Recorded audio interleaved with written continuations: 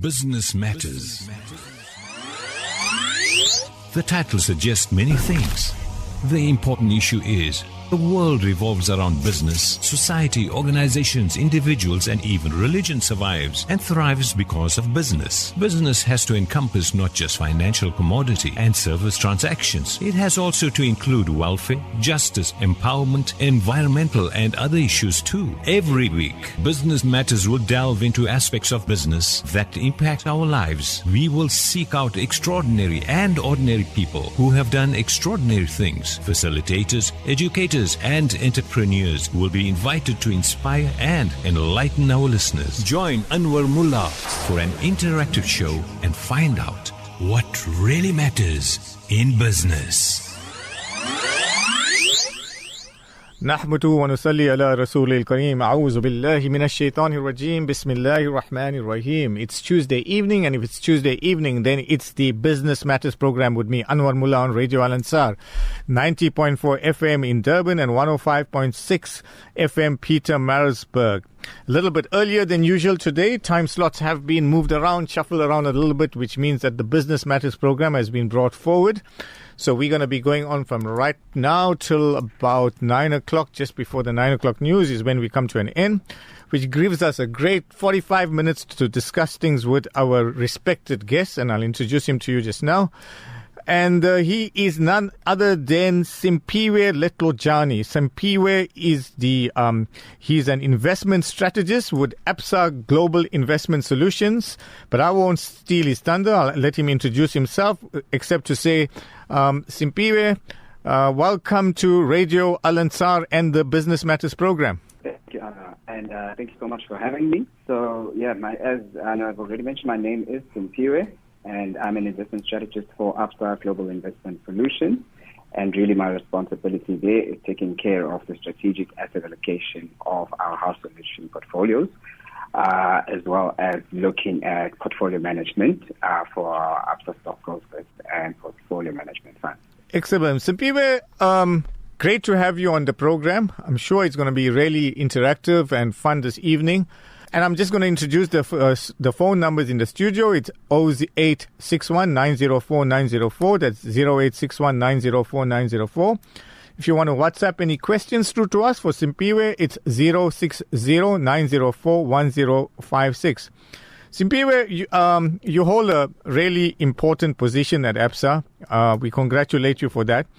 Give us a little bit about your background, your early life, and how you got to where you are at Absa at the moment. For sure. Thanks, Anna. I do come from KZN, small town of Newcastle, the township there, Matadeni. And obviously from a young age, I've always been passionate about financial services, financial literacy as well, and hence the passion and the drive to pursue the studies of actuarial science and follow the passion of eventually ending up in the space that I'm in. Okay, so are you a actuarial science graduate? I am an actuarial science graduate. Wow, that's amazing. It's only the creme de la creme of the intelligentsia that get to doing actuarial science.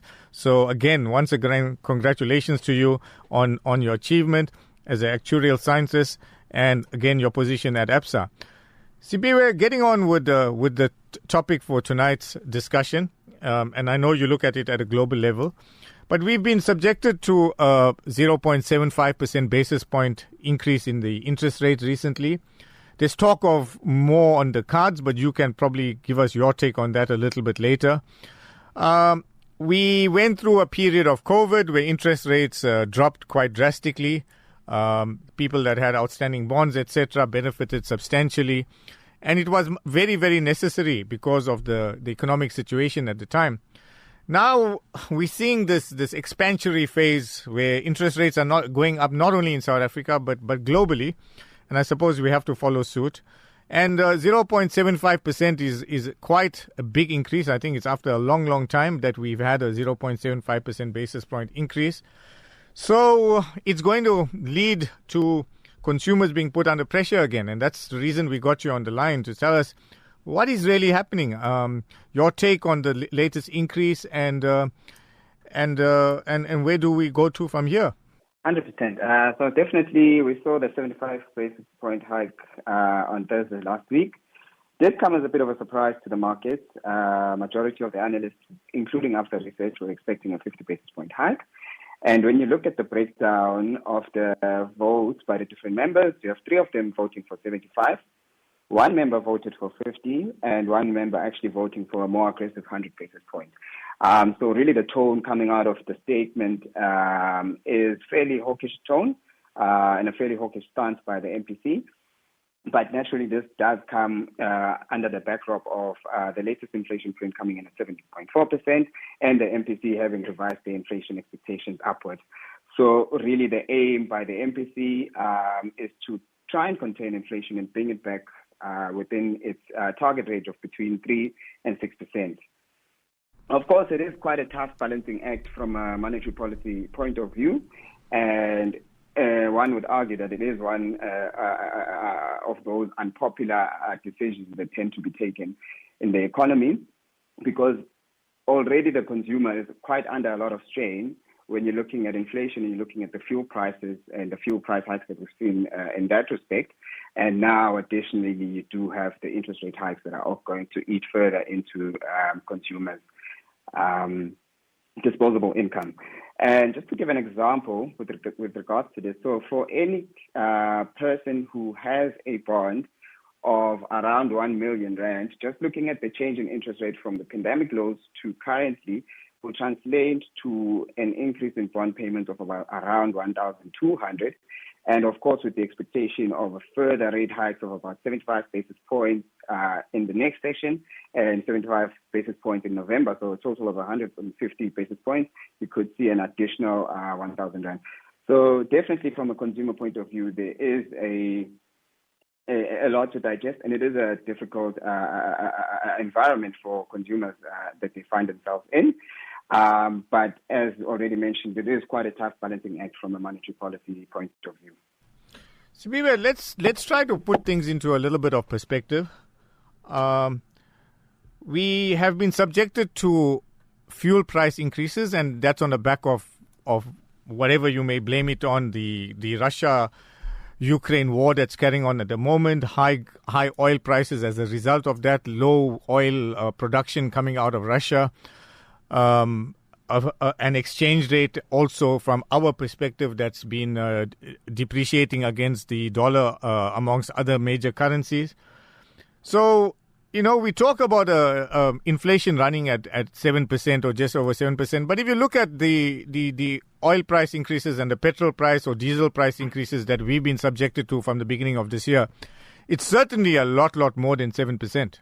100%. So the impact does vary across different groups of people as well, in that some of the baskets that are considered in the inflation print will affect certain segments and certain income groups more compared to other income groups.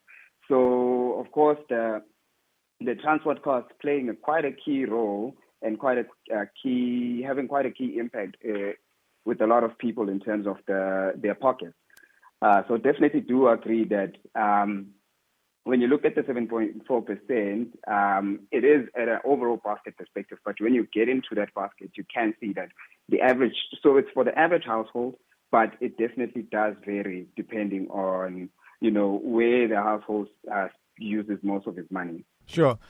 Now, if we look at the different LSM groups and we look at those at the lowest of the low who tend to be the ones that use public transport more than anybody else, and the biggest slice of their salary or the bigger slice of their salary goes towards transport. And these are the people that can least afford increases, yet they would be subjected to the highest increases because immediately your petrol or diesel price goes up, your cost of public transportation goes up. I mean, it's literally a direct correlation. So we're now talking of the people at the lowest rung of the ladder that are subjected to the highest increases. Salaries are certainly not going up in line with what one would expect, 7%, 8%, or we may even talk about double-digit increases. That's not happening at the moment. The economy is under pressure. Is this not a recipe for public protest, if I want to put it mildly. For sure. The interest rate hikes, if you look at history as well, are never easy to digest. Of course, in the current economic climate, it is a bit tough with the global oil price blowout. But even under circumstances where the economy is pumping quite nicely and inflation is starting to pick up, it is a difficult conversation, a difficult thing for the economy to digest in terms of interest rates. So the balancing act here is that really the MPC has little control and what they can do in terms of what is happening to global oil prices, especially from a dollar perspective.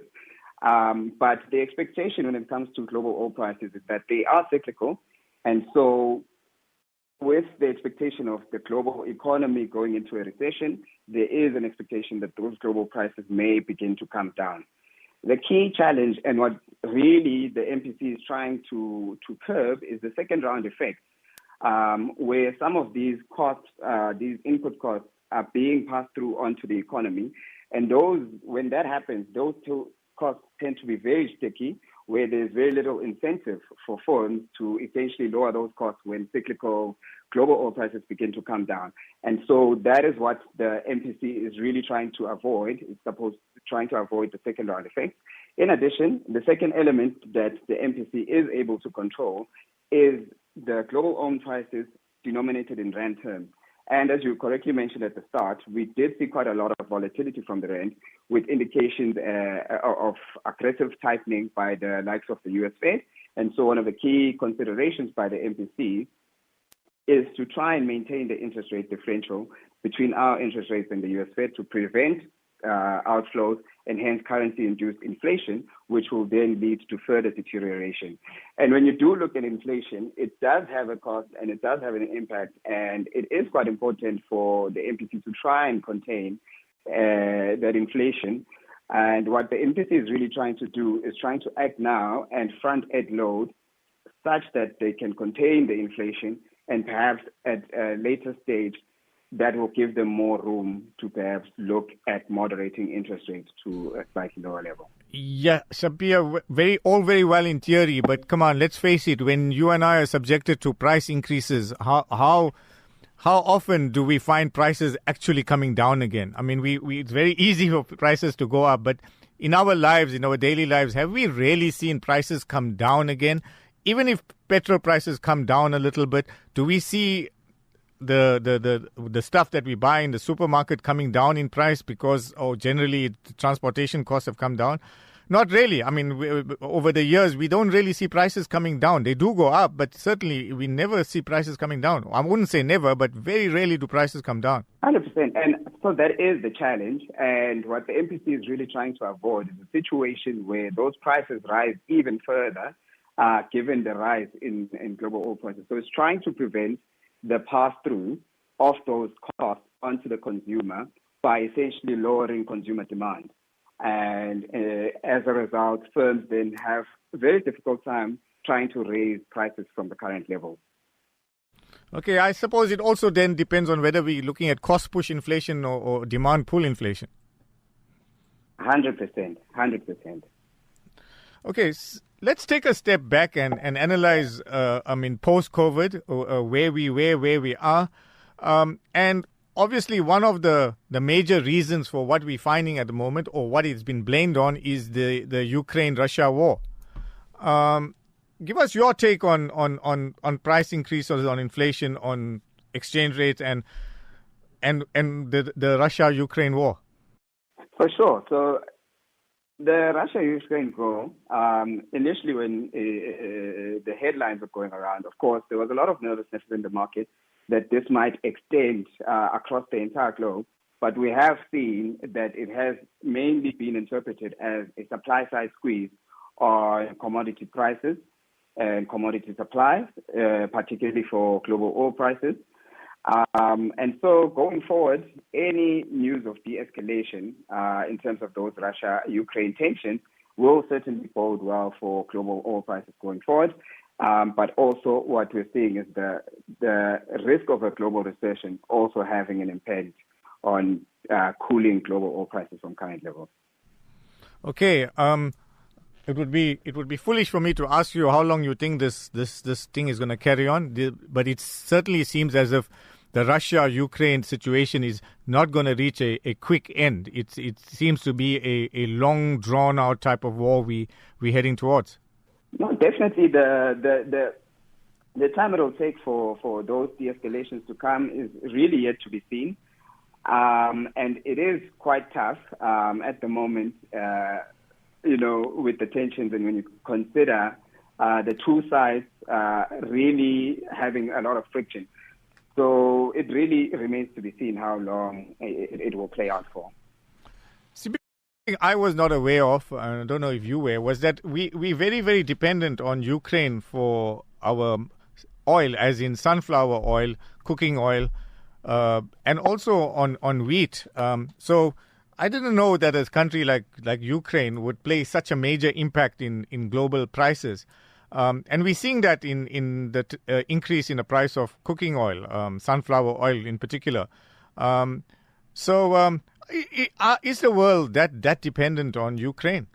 For sure. So definitely the impact of the Ukraine-Russia war did have some impact on even some of commodities. And when you look at food price inflation, it's one of the key drivers of inflation currently.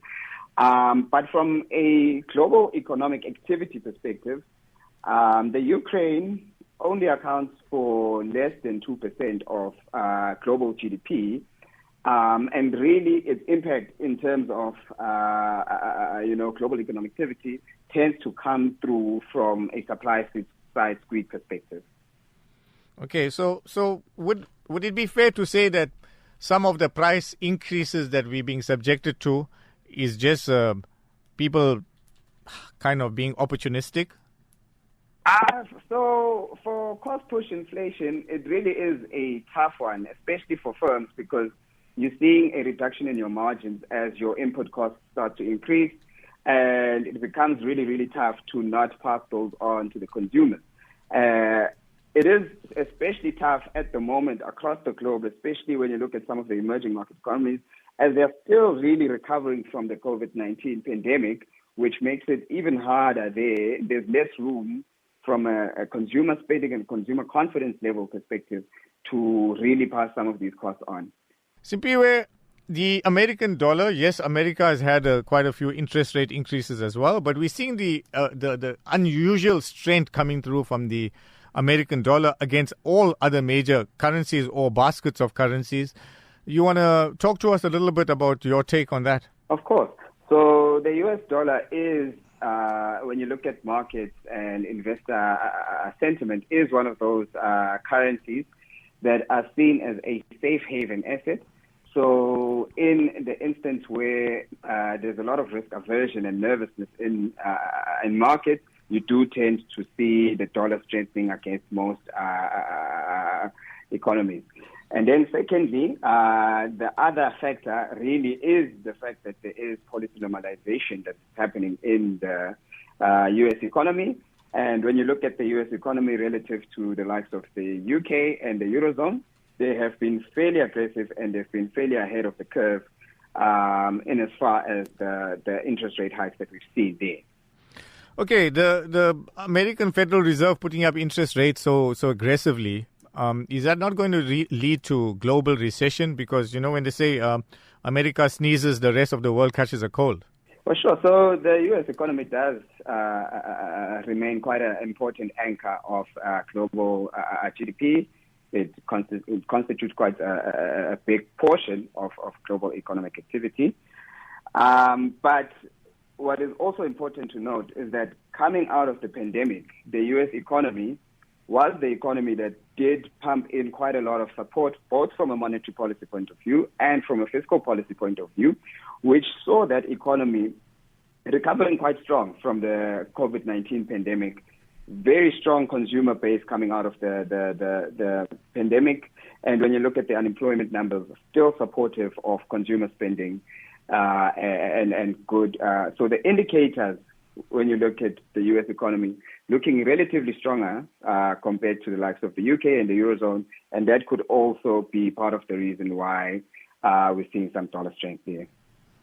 Okay, American dollar still, American economy is still fairly strong, but we're not seeing the same coming through from other places. I mean, you look at China at the moment, their economy seems to have cooled off quite a bit.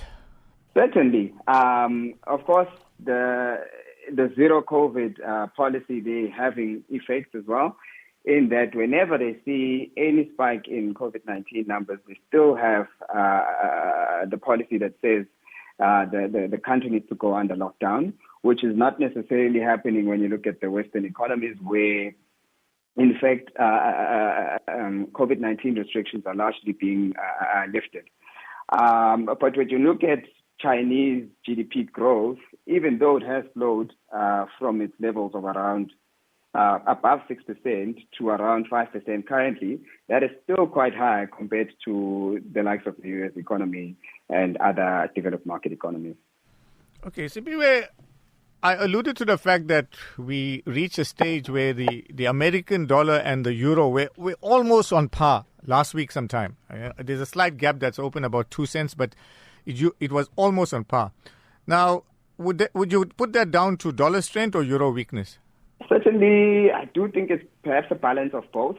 Dollar strength on the side of the U.S. Fed being ahead of the ECB from a policy normalization point of view. The ECB only coming out with a rate hike recently as well of 50 basis points, which was a record hike, the first time they've hiked interest rates in about 11 years.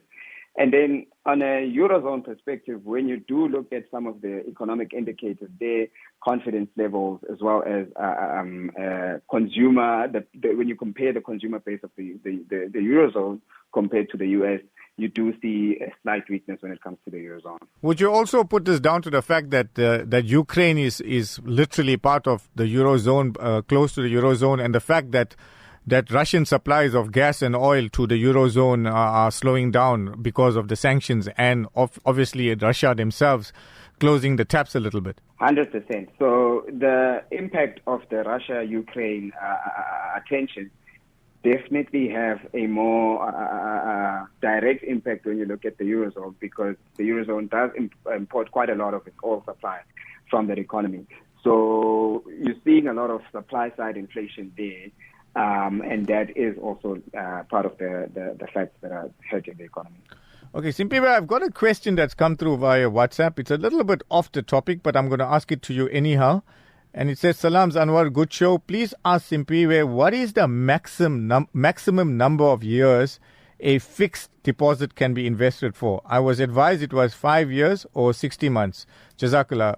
Simphiwe, would you be able to just tell us what is the maximum number of years that a person can basically do a fixed deposit for? For sure. I will admit that it is not necessarily in my area of expertise. Okay. But from my knowledge as well, I would say that they do tend to be shorter term, and 60 months does sound a bit fair. Okay, so maybe the longest term is 60 months.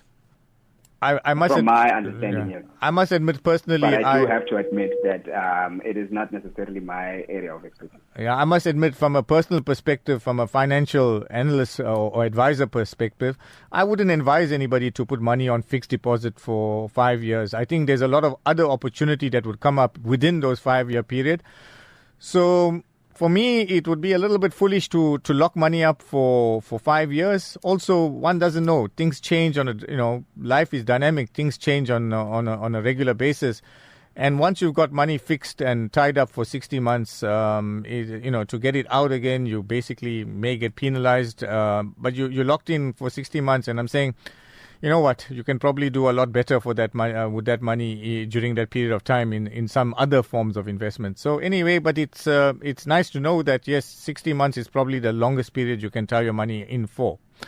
Okay, Simphiwe, let's take things a little bit closer to home. I'm looking at the South African rand as opposed to other currencies, and especially the ones that we trade with most, and the dollar would be one of them. We've also seen a slide in our currency from around the 15 rand level earlier this year, or not so long ago.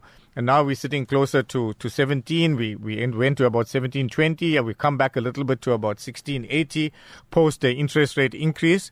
But still a fairly substantial depreciation in our currency over that period of time, which obviously adds to the fact that we're paying higher for fuel prices as well, because all of our fuel is imported. Your take on our currency? For sure. So, of course, coming into the year, the South African rand was being supported by that positive current account balance, where, the commodity prices were relatively high, and we're seeing quite a lot of inflows, particularly when you look at the basic material counters. Of course, with the political normalization and the hawkish tone from the US Fed, you did see quite a lot of volatility in the South African rand recently, and this was coupled with some of challenges locally, where we had the KZN floods, as well as the return of load shedding and the impact that those are expected to have to local economic growth as well. Certainly, when you look at the South African rand where it is at the moment, Absa research indications are that the South African rand is looking fairly undervalued from a purchasing power perspective, and as well as from a peer valuation perspective. And we may very well see some moderate strengthening of the rand to levels of around 16.5 by the end of the year. But of course, on a longer term basis, we do still expect the rand to moderately depreciate against the US dollar, particularly due to the structural differences between the two economies and in line with the interest rate differentials between the two economies. Okay, you say your Absa's take for the end of the year is about 16 Rand 50 to the US dollar. Correct. However, there are definitely risks attached to forecasts, especially when you're looking at upside in terms of the rand and strengthening in terms of the rand. Of course, risks still coming from an even more aggressive tone from the US Fed, and then, of course, the fears of a global recession and the overall risk aversion that is in the market. Yes, the MPC obviously putting up interest rates, and one of the primary reasons for putting up interest rates, and this is what I learned at university, is that it protects the currency. So the higher the interest rate, the more propensity for money to flow into the country rather than flowing out. And I know you know more about that than I do, but obviously, if we're going to put up interest rates quite aggressively for the rest of the year, and you alluded to the fact that there may be two more increases of 75 basis points each, which is quite huge, that should protect the rand quite nicely. 100%. So definitely some of the strength that will be coming from the rand is through that protection, as the MPC is looking to act and really matching what the US Fed is, because one of the key considerations is that interest rate differential and trying to maintain that, especially on a real rate basis and also relative to other emerging market economies, so that you can attract funds to South Africa and hence prevent currency-induced inflation. So I suppose the real question to be asked then is how far will America take this increase in interest rates? Because really we following, or we mirroring what they're doing. So if the more they put up rates, the more we're going to be putting up rates. And how far you think they're going to go with this?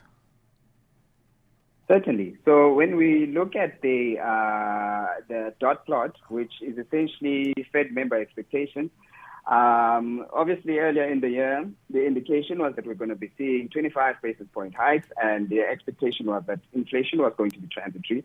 Alas, the US Fed and in fact the globe as a whole, events such as the Russia-Ukraine crisis were largely unpredictable.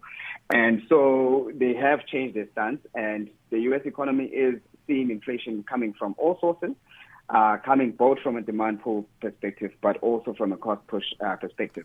And what the US Fed really is trying to do is, coming out of this inflationary boom environment, they're trying to act as quickly as possible to avoid getting into a stagflationary environment where inflation is high, but economic growth is low. So the key is for them to try and contain inflation, to bring it back to more consistent levels as the economy begins to slow down with the recovery momentum from the pandemic beginning to dissipate. Indications from the Fed member expectations are for the U.S. Fed to front-end load interest rates. So the expectation is that the end target for interest rates in 2022 will be around 3.5%. But further out, there is still the expectation that the U.S. Fed might then look to bring interest rates back to 2.5%, which is their longer-term target for interest rates, which is still quite accommodative, especially when you compare it to historic times where they had interest rates at levels of around 5-6%. Simphiwe, what is the interest rate in America at the moment?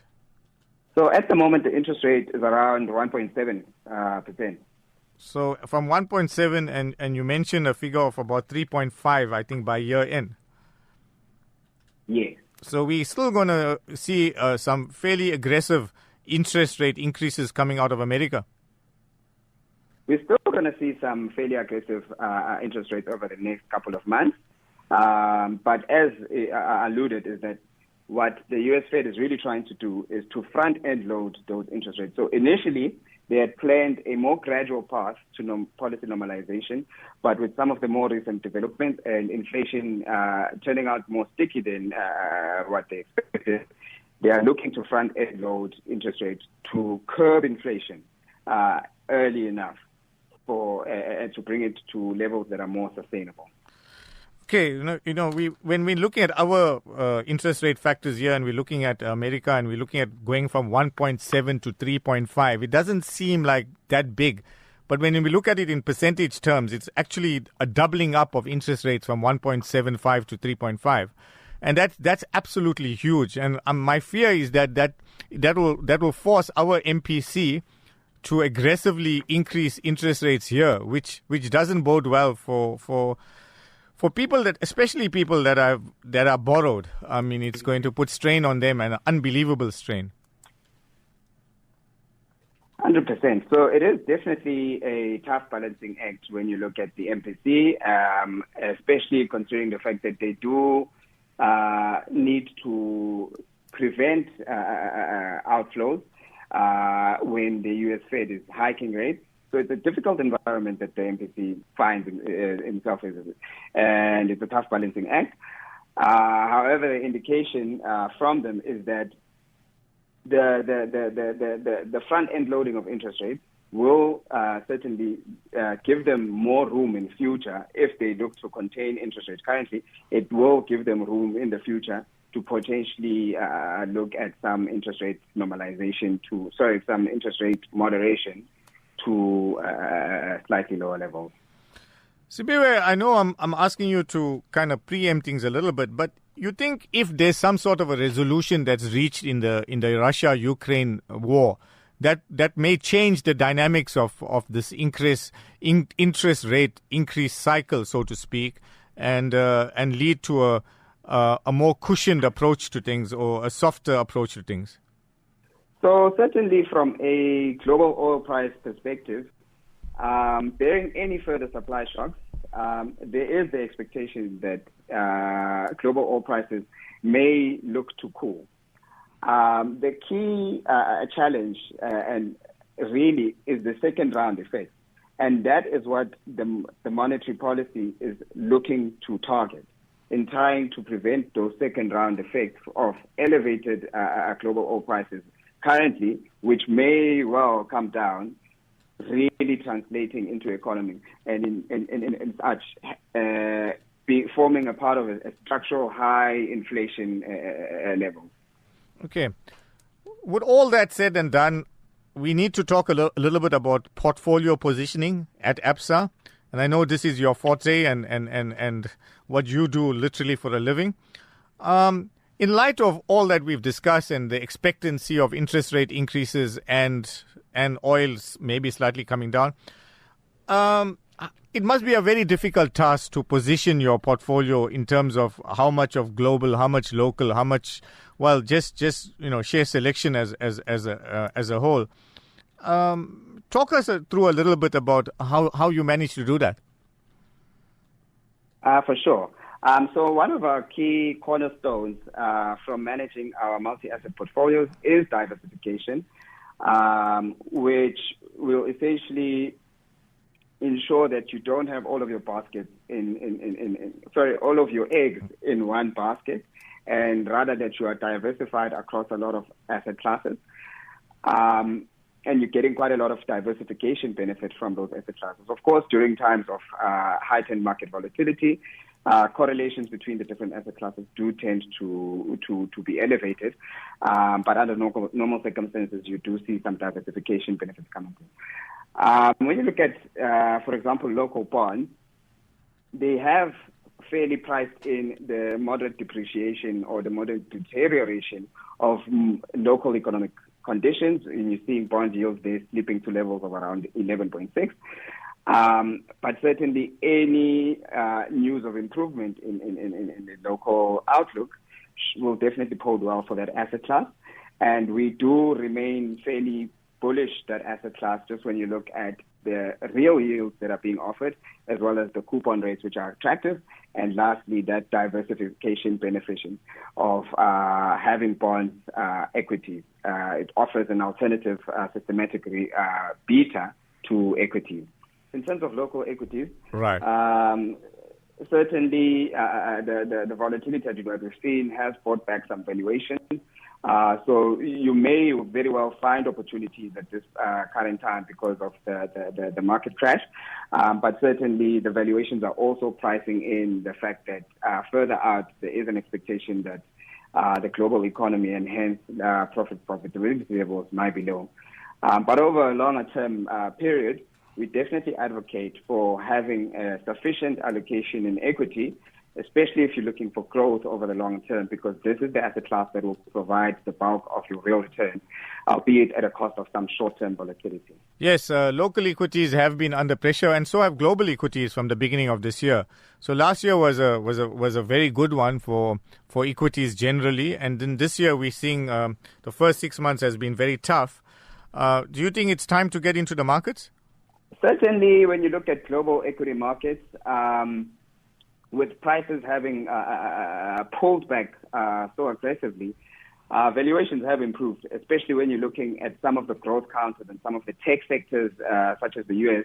A lot of those stocks looking fairly attractive at the current moment. But of course, quite a lot of risk premium attached to the recovery, especially when you're looking at the fact that the global recession, there's a risk of a global recession, and there's a risk of that global recession being prolonged, and the how long it lasts is yet to be seen. Yes, there's this old adage that says it's not the timing of the market, but the time spent in the market, which is important. So I suppose if that's the case, one doesn't have to be absolutely spot on in terms of the timing of the market, but let the expertise of fund managers like yourself guide them through. But with a tightening interest rate horizon for at least the next 3 to 6 months, I would imagine that will delay any recovery that there may be in global stock markets.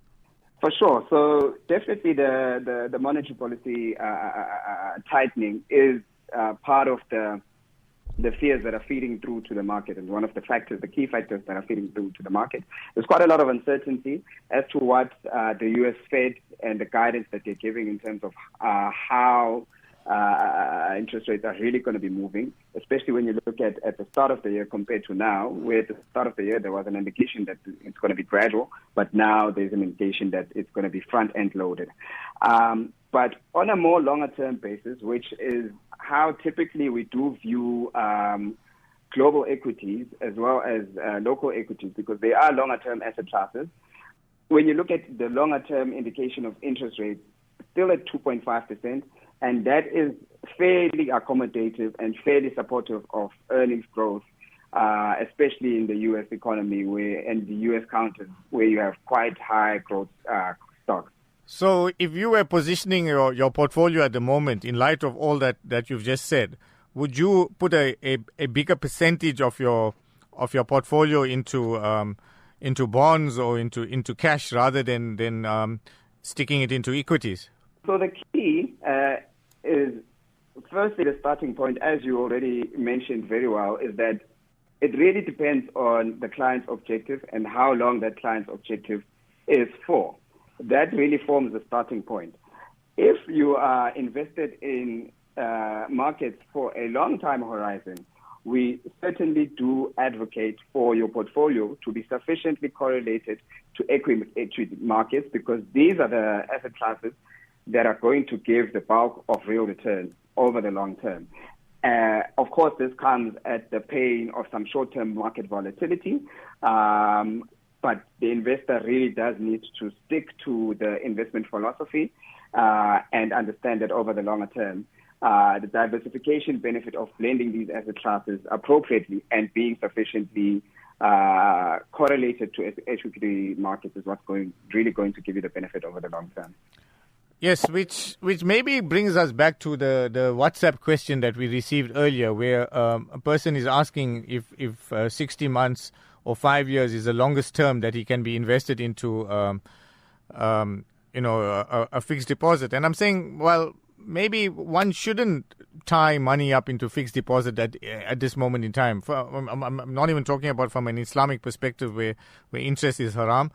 But even if one had to go into an Islamic sukuk or what would really be an Islamic bond, which is called a sukuk, I think it'll be a little bit inappropriate to tie money up for 60 months right now.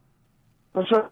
Really, the key is around the client's objectives and what they are really looking to do. But another important consideration is that client's financial personality and their risk profile. And these really then do form what the outcome and how the client's portfolio essentially will be designed and the asset classes that they may look to get into. Okay. Simphiwe, some closing remarks from yourself? None on my side. Just thank you for having me, and we should hang tight. Yep, it's been really interesting talking to you. A topic that really is something that I really love talking about. So thanks for spending your evening with us. It's been really, really informative, and hopefully we'll get you back on air sometimes when you're in Durban, and we'll get you into the Al Ansar studios. For sure. Thanks, Anwar. Okay, thank you, Simphiwe Letlojane from Absa, investment strategist at Absa. It's been really interesting talking to him, and it gives us some sort of greater insight into what is this interest rate increases all about. And the sad or the bad news is that we're going to be subjected to a few more interest rate increases. So basically the answer is stay out of debt as far as possible, because as soon as you take on debt, you take on an interest burden. And for sure, though, that interest rate is going to be going up. So the old adage of stay in cash is king.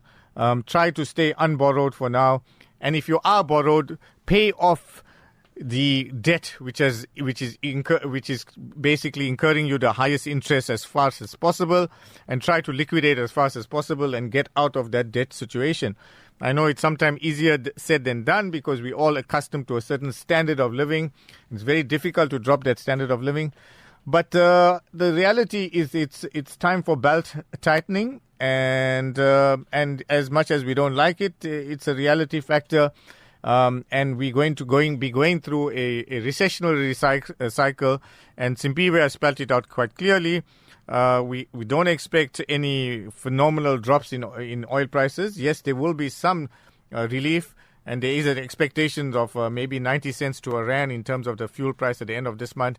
But all in all, we're going through tough economic times, and it's time for some belt tightening. So I think if that kind of sums it up, and with that not so good news, it's time for me to say wassalamu alaikum wa rahmatullahi wa barakatuh, till we meet again inshallah next Tuesday for another Business Matters program. Radio Al Ansar Podcasts.